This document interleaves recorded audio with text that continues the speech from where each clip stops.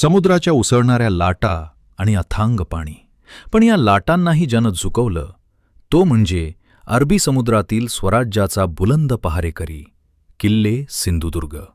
ज्यावेळी जगातील बलाढ्य आरमारांना समुद्र जिंकता आला नव्हता, तेव्हा शिवरायांनी या लाटांच्या उरावर हा दगडी किल्ला उभा केला. कुर्ते बेटावर पसरलेला हा किल्ला बांधण्यासाठी तब्बल 4 किलो सोन्याचं शिसं पायात ओतलं गेलं होतं.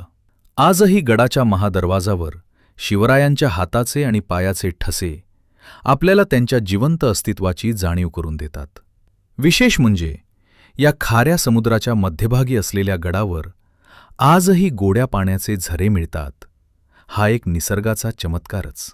सिंधुदुर्ग म्हणजे शिवरायांच्या दूरदृष्टीचं प्रतीक आहे. हा सागरी वारसा पाहायचा असेल तर कोकणात नक्की या. व्हिडिओ आवडला असेल तर लाईक करा आणि कमेंटमध्ये जय शिवराय लिहायला विसरू नका.